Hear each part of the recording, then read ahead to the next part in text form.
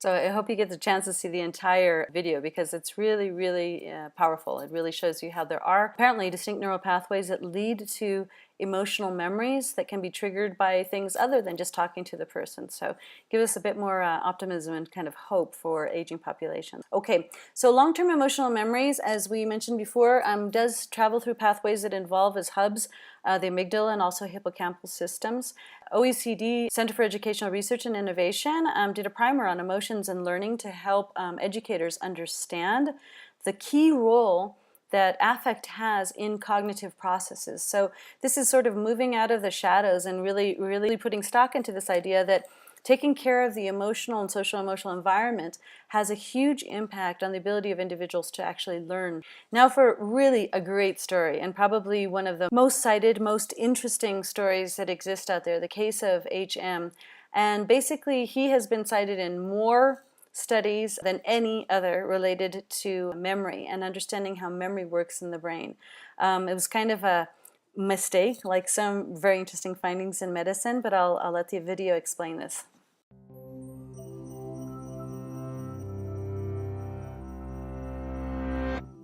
On September 1st, 1953, William Scoville used a hand crank and a cheap drill saw to bore into a young man's skull, cutting away vital pieces of his brain and sucking them out through a metal tube. But this wasn't a scene from a horror film or a gruesome police report. Dr. Scoville was one of the most renowned neurosurgeons of his time, and the young man was Henry Molaison, the famous patient known as HM, whose case provided amazing insights into how our brains work. As a boy, Henry had cracked his skull in an accident and soon began having seizures, blacking out, and losing control of bodily functions. After enduring years of frequent episodes and even dropping out of high school, the desperate young man had turned to Dr. Scoville, a daredevil known for risky surgeries. Partial lobotomies had been used for decades to treat mental patients, based on the notion that mental functions were strictly localized to corresponding brain areas. Having successfully used them to reduce seizures in psychotics, Scoville decided to remove HM's hippocampus, a part of the limbic system that was associated with emotion, but whose function was unknown. At first glance, the operation had succeeded. HM's seizures virtually disappeared, with no change in personality, and his IQ even improved. But there was one problem. His memory was shot. Besides losing most of his memories from the previous decade, HM was unable to form new ones, forgetting what day it was, repeating comments, and even eating multiple meals in a row. When Scoville informed another expert, Wilder Penfield, of the results, he sent a Ph.D. student named Brenda Milner to study HM at his parents' home, where he now spent his days doing odd chores and watching classic movies for the first time, over and over. What she discovered through a series of tests and interviews didn't just contribute greatly to the study of memory. It redefined what memory even meant.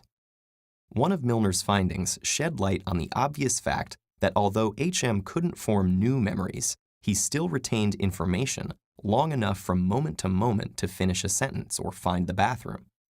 When Milner gave him a random number, he managed to remember it for 15 minutes by repeating it to himself constantly. But only 5 minutes later, he forgot the test had even taken place. Neuroscientists had thought of memory as monolithic, all of it essentially the same, and stored throughout the brain. Milner's results were not only the first clue for the now familiar distinction between short-term and long-term memory, but showed that each uses different brain regions. We now know that memory formation involves several steps. After immediate sensory data is temporarily transcribed by neurons in the cortex, it travels to the hippocampus, where special proteins work to strengthen the cortical synaptic connections. If the experience was strong enough, or we recall it periodically in the first few days, the hippocampus then transfers the memory back to the cortex for permanent storage. HM's mind could form the initial impressions, but without a hippocampus to perform this memory consolidation, they eroded like messages scrawled in sand. But this was not the only memory distinction Milner found. In a now famous experiment, she asked HM to trace a third star in the narrow space between the outlines of two concentric ones. while he could only see his paper and pencil through a mirror. Like anyone else performing such an awkward task for the first time, he did horribly. But surprisingly, he improved over repeated trials, even though he had no memory of previous attempts. His unconscious motor centers remembered what the conscious mind had forgotten. What Milner had discovered was that the declarative memory of names, dates, and facts is different from the procedural memory of riding a bicycle or signing your name. And we now know that procedural memory relies more on the basal ganglia and cerebellum, structures that were intact in HM's brain. This distinction between knowing that and knowing how has underpinned all memory research since. HM died at the age of 82 after a mostly peaceful life in a nursing home. Over the years, he had been examined by more than 100 neuroscientists, making his the most studied mind in history. Upon his death, his brain was preserved and scanned before being cut into over 2,000 individual slices and photographed to form a digital map down to the level of individual neurons, all in a live broadcast watched by 400,000 people. Though HM spent most of his life forgetting things, he and his contributions to our understanding of memory will be remembered for generations to come. So as you can see, this was one of the very first times we had insight into what would be the complexity of distinct neural pathways in the brain and really the key hubs that influence long-term memories. I hope you get a chance to delve deeper into this if you're interested in memory systems. Okay, so now we turn to what is sleep-dependent memory consolidation, and this is a rather newer article. The original one's back in 2005, 2006 by Robert Stickgold, who worked with Alan J. Hobson in Harvard, discovered this really interesting, fascinating mix actually. What was going on during dream stages was actually consolidation of memory thanks to a very unique combination of neurotransmitters that only exist during sleep. So this actually permitted long-term memory consolidation of information thanks to this kind of binding that would occur due to the neurotransmitters that were present. This is very interesting to look at when you have students, for example, who might stay up all night and think that they can get less sleep and they'll be just fine, and they pass their test, but they really aren't learning the information because you can ask them the same things a week later and they just won't remember any of it because they didn't sleep on it. So sleep-dependent memory consolidation is a very interesting new and growing field that I highly, that we're going to look into next week when we talk about the mind-body connection. So what would happen, and is there such a thing as a perfect memory? What would you do if you had such a perfect memory? Would this be something beneficial? Most of us tend to think that we don't have a good enough memory, and we would wish that we could improve our memory and recall things with greater ease. This is a fairly rare phenomenon to have a perfect memory. Maybe the most famous case is the book by Luria, wonderful copy you can find in Harvard Square if you're interested in the mind of a mnemonist. Basically, how this fellow could not forget anything, but as he aged, this actually became really burdensome because anything he saw or touched or smelled would automatically connect to anything else that he had already saw or smelled or touched, and triggering floods of new memories. So every new contact with new stimulus would create what is basically a problem, which is quite interesting.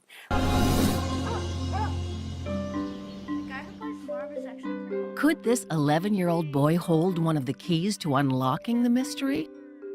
On first glance, Jake Hausler looks like a normal fifth grader. But as Washington University's Roddy Rodiger is discovering, he seems to be anything but. What happened Friday, October 28, 2011? The World Series Game 7. Cardinals won 6-2. Who were the pitchers for the teams? Chris Carpenter for St. Louis, Matt Harrison for the Rangers.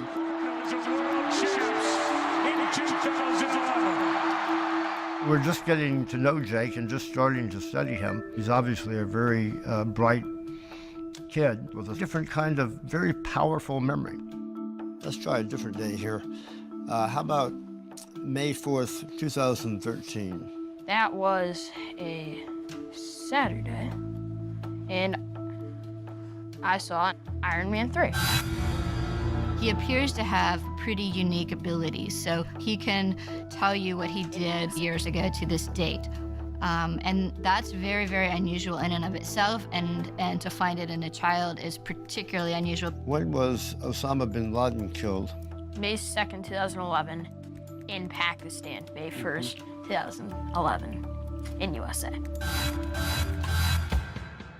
I mean, it's amazing. I've never felt like my memory was particularly bad, but compared to Jake's, clearly it is. It's just a mystery as to what's going on here. Jake can remember details from almost every day of his life since age 7. Once he started speaking, really, we noticed he was different. What are the 13 colonies?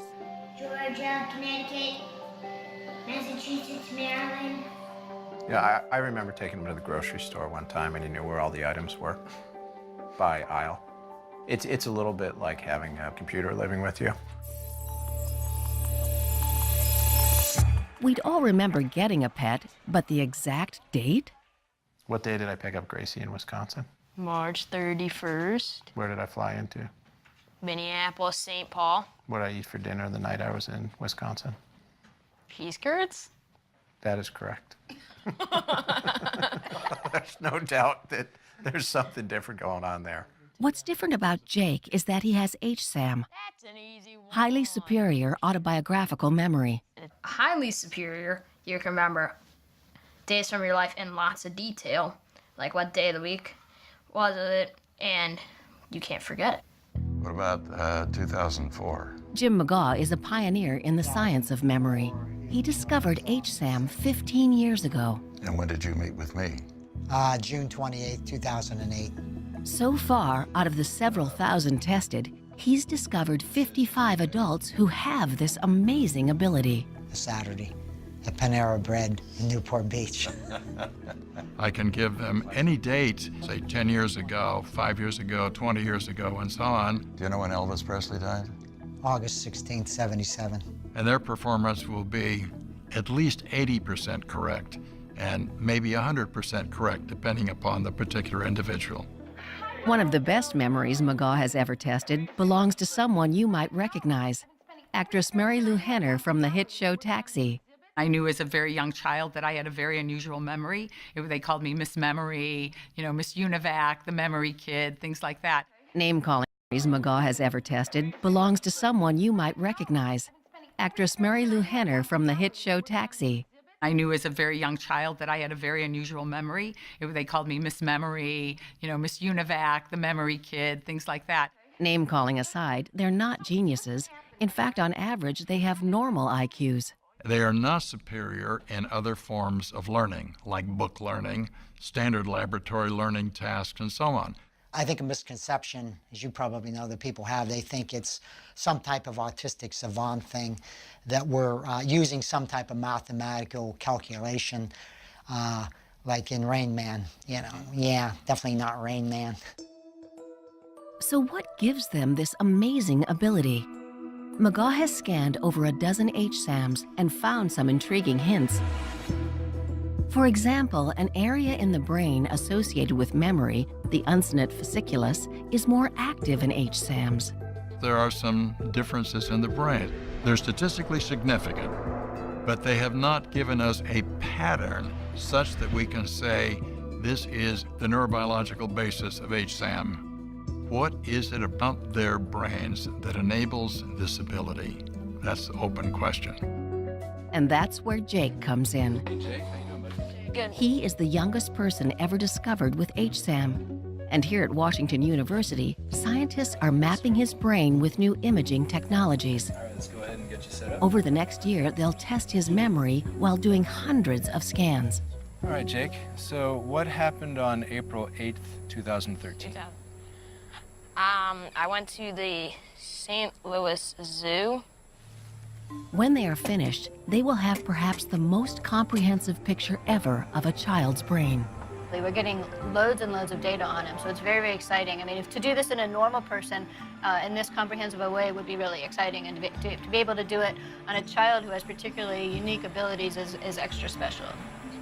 Then they'll compare Jake's scans to other children's to see if they can unlock the secret of what makes his memory so extraordinary. It's a chance of a lifetime. You can't write a grant saying we're going to go look for someone like him. It's the only number finding, right? The hope is that this little boy's brain can help answer some big questions about how our memory works. Jake clearly is able to extract remarkable amounts of information from his brain, but we don't know if you or I have that information in us, but we just can't remember it, or if it just doesn't get encoded into our brain function in the first place. The mystery with Jake and the other H-SAMs is, do they actually keep more memories than the rest of us? Or do we all have this wealth of detail buried deep inside our brains, we just can't get at it? If we can understand how he harnesses that to be able to generate that within ourselves, could be a very powerful tool. There is potential there that we will learn something truly new and important about the functioning of the most complicated and interesting known structure in the universe, and that's our brain, and the most important thing it does is learn and remember.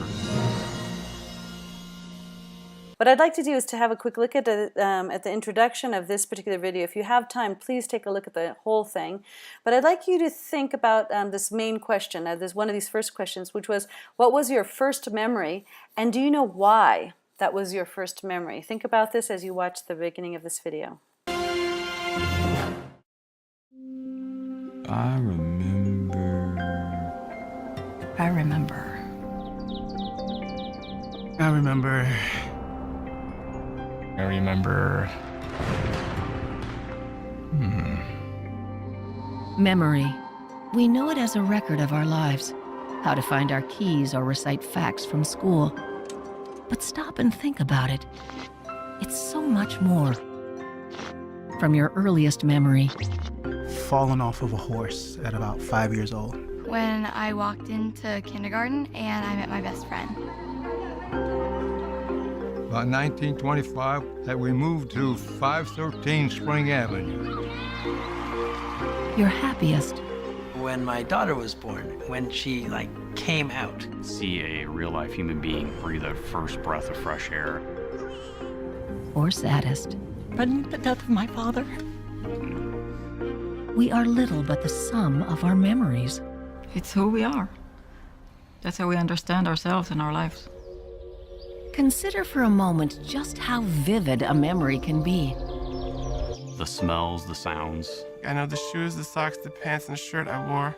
And it was like it happened yesterday. I do have a picture in my head. You can see it. That is a remarkably complex computational process that memory achieved within milliseconds. What an incredible, powerful gift. How is this gift possible? How does the world get into our heads and turn into a memory? How does memory actually work? Wow. Turns out that's one of the biggest mysteries in science today. If you go and ask most people, they would say they understand memory, but the truth is really rather far from that. We sort of understand the tip of the iceberg. We're just kind of nibbling around the big central mystery of memory. How do I bring back in time now something that happened to me long ago? It's a very difficult problem that we haven't solved. Memory is the biggest mystery. It's as big as the question of what is the universe? Why are we here? Okay, so if we return to this question, most people will have their first memory sometime between 3.5 and 4.5 years old, whereas this is pretty much due to the idea that there's the greatest time of head growth is between 0 and 3. More or less your skull grows pretty quickly between 0 and 3 years old, permitting your brain to sort of unfold. It's this mashed level, but finally it's got a little bit more space. And around 3.5, 4 years old, the hippocampus really kicks in. And you begin to have the ability to form declarative memories, things that you remember, that you can articulate and say you remember. What's really interesting is the amygdala, another great hub for mainly emotional memories, is actually intact before you're born. So this is really interesting. Sometimes it's a sad case, but you can find kids who maybe were abused in families before they were a year old, and they're taken out of that environment and they're put into a really nice home. And it's very interesting that those kids can still have some problems, even though they can't even articulate why, because they don't have an explicit or declarative memory of anything ever bad happening to them, but they could have an emotional memory already set, okay? So this is why, if you said that you had a memory that's earlier than more or less around 3.5 years old, 4 years old, the likelihood, the probability is it's actually an emotionally charged memory, like the birth of a younger sibling or a fire in your house or you moved or something like that, that would be more emotionally jarring. Most people will have typical calm memories, but they would probably be stated more or less around 4 years of age. So now we want to turn to a very interesting, another idea that's kind of counterintuitive, but forgetting is important to memory. Not only in the cases of Fluria's patient where, you know, it could reach a point of kind of being almost sad that you have a perfect memory, but getting to the point where forgetting things is also sort of like, you know, cleaning out the cobwebs kind of a thing and refining neural pathways, believe it or not. So if you've had multiple exposures to information and you're trying very hard to learn something, once you find the right pathway, your brain becomes terribly efficient and uses that single pathway over others. So forgetting information is also helpful in refining memory pathways and leading to more efficient learning processes or retrieval processes. If you're interested in the idea of forgetting, please come to the section this week. We're going to talk about the 7 Sins of Memory by Daniel Satcher, which is just a phenomenal insight into why forgetting is so important. And he talks about sins of omission and sins of commission, things that we leave out and things that we add on to memory as they relate to transience, like over time, absent-mindedness, blocking, misattribution, suggestibility, bias, and persistence. So do come to the section if you're interested in forgetting. So there is another big surge in information. Now as technology is getting more and more refined, there's more and more interest in really defining what are these neural pathways, what is the neurophysiology of memory, not only in identifying key hubs for information, such as the hippocampus and the amygdala, but also understanding the multiple distinct networks that have to be refined for different types of learning. For example, going back to the documentary on Alive Inside, so interesting to see that a similar memory can be retrieved through distinct neural pathways. So it was reinforced, memories can be reinforced from an emotional perspective, or they can be reinforced from a tactical or direct instruction perspective. But wouldn't it be interesting if you could do it both ways, so that you would have multiple entry points to that information? So what are some memory disorders that exist?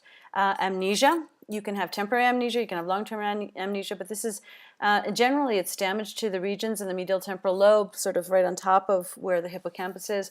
And this causes impediments to retrieval of those memory systems. Then you have the cases we saw before of the hypothymesia, when you have autobiographical memory that's really enhanced. And you can also have Korsakoff syndrome, which has to do with antegrade amnesia or retrograde amnesia, things that you can't remember, new things learned or old things that were learned before.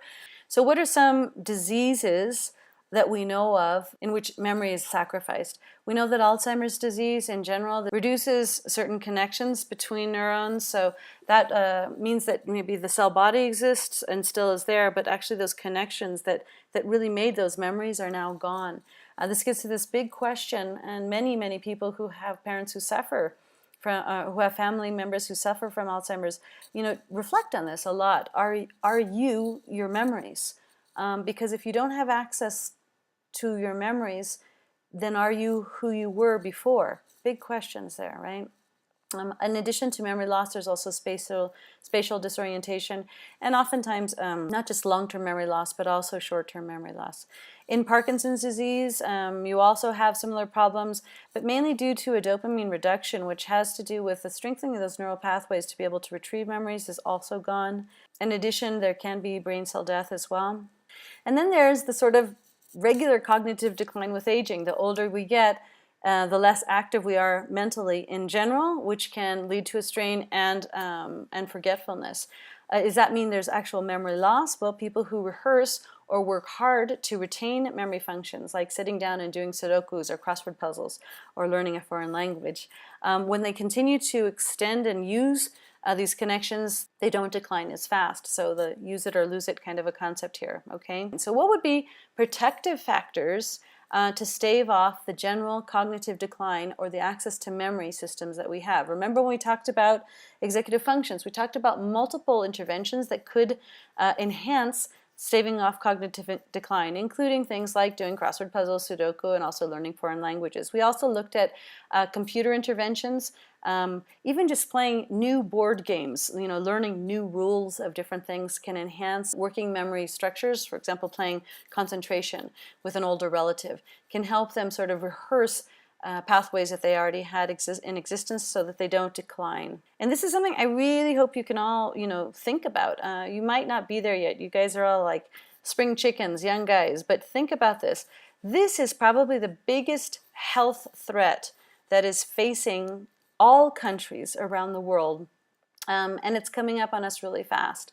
We have worked so hard over the past 50 years to enhance how our body can go into old age, but we have spent very little research in looking into how we can protect the mind from going into cognitive decline. So it's a very interesting initiative. They see that most people in the United States, for example, will retire at age 65, but they won't die until they're 85. So what are you going to do for those 20 good years? There's some very interesting initiatives being done by universities in the States right now to try to call back older students because they're perfectly ready and focused and can probably have more time for study than maybe younger people could have. And it's a great way to keep them from having cognitive decline in the older years. So here is a very interesting list from the Annual of Internal Medicine in 2010, which was trying to, it began by identify what are some risk factors that would head you downhill, what would set you up for cognitive decline. And they went from everything from genotype structures to exercise routines. And this is well worth looking at if you're interested in natural cognitive decline.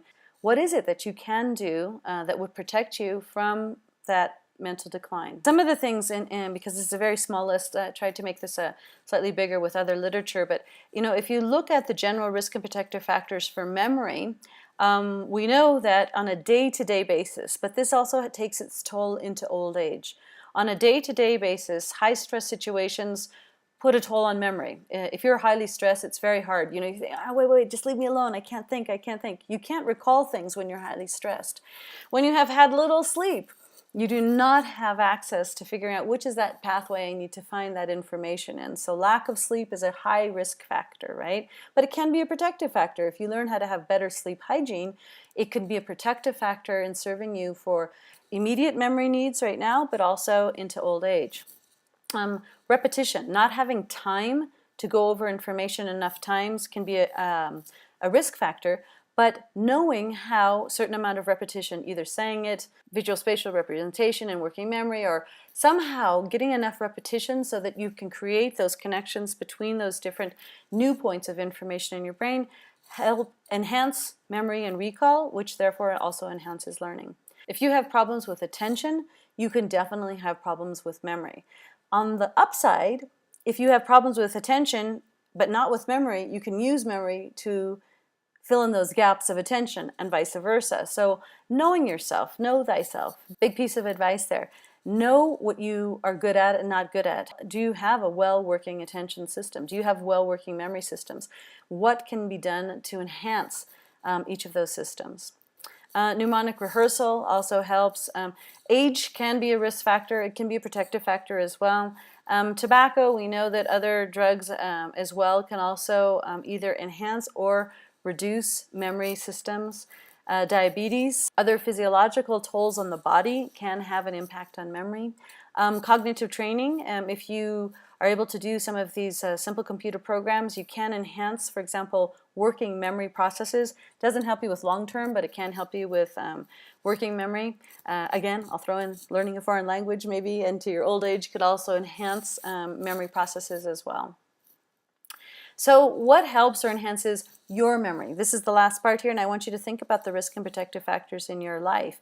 There are studies being done. If we just did transcranial stimulation, can we actually stimulate or impede memories? Definitely you can.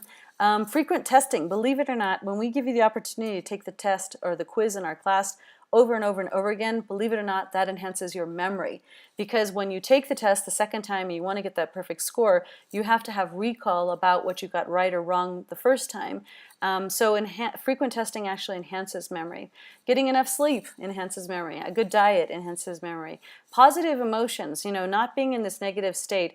We know that negative emotions can expel different types of neurotransmitters which would prevent new memory consolidation from occurring. Whereas being in a good mood could actually enhance that. You can do working memory training, either these computer programs that we mentioned or even just playing solitaire can help you. General exercise has been shown to enhance memory in different individuals. Computerized training, cognitive training, there's different things out there. Whatever you do though, double, triple check the sources of information. There's also a lot of junk out there being sold to people because we know that older populations are now getting a little bit desperate about what can I possibly do to protect myself as I get into old age. And so they're selling these retirees a lot of stuff that sometimes doesn't have backing. So be very careful about, read the label, double check the evidence before you recommend this to your parents or grandparents. What other things that can help or hurt memory? Strong emotional states, either super hysterical happy or super depressed. Extremes are never good. Everything in moderation. Remember good old Socrates, right? Traumatic brain injury, just playing soccer or American football or bunking your head a couple times or actually being in a car accident can actually take a toll on memory, and this can be in both directions. Remembering things from the past or also being able to form new memories in the future.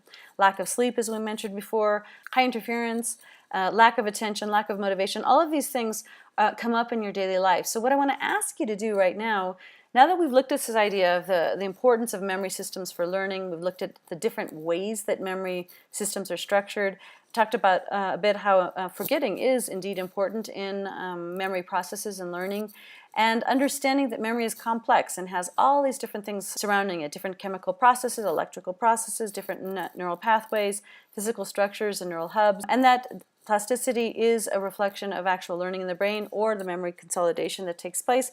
The last thing we really want you to do right now is to reflect on the risk and protective factors in your own life. What is it that gets in the way of your being able to memorize and to learn, therefore to learn new information? And again, this might go back even to your very first week of class when we ask you, when do you do your best learning? It probably has to do with when do you enhance memory or when do you have the best attention. Those we hope that those things are coming back around to you when you think about that very first week of class when we asked you how do you learn best. It probably has to do with structuring environments that are conducive to your own learning based on enhancing memory systems. So do think about that and let us know if you have any questions. I'm looking forward to seeing you in class next week. Thank you very much. Bye.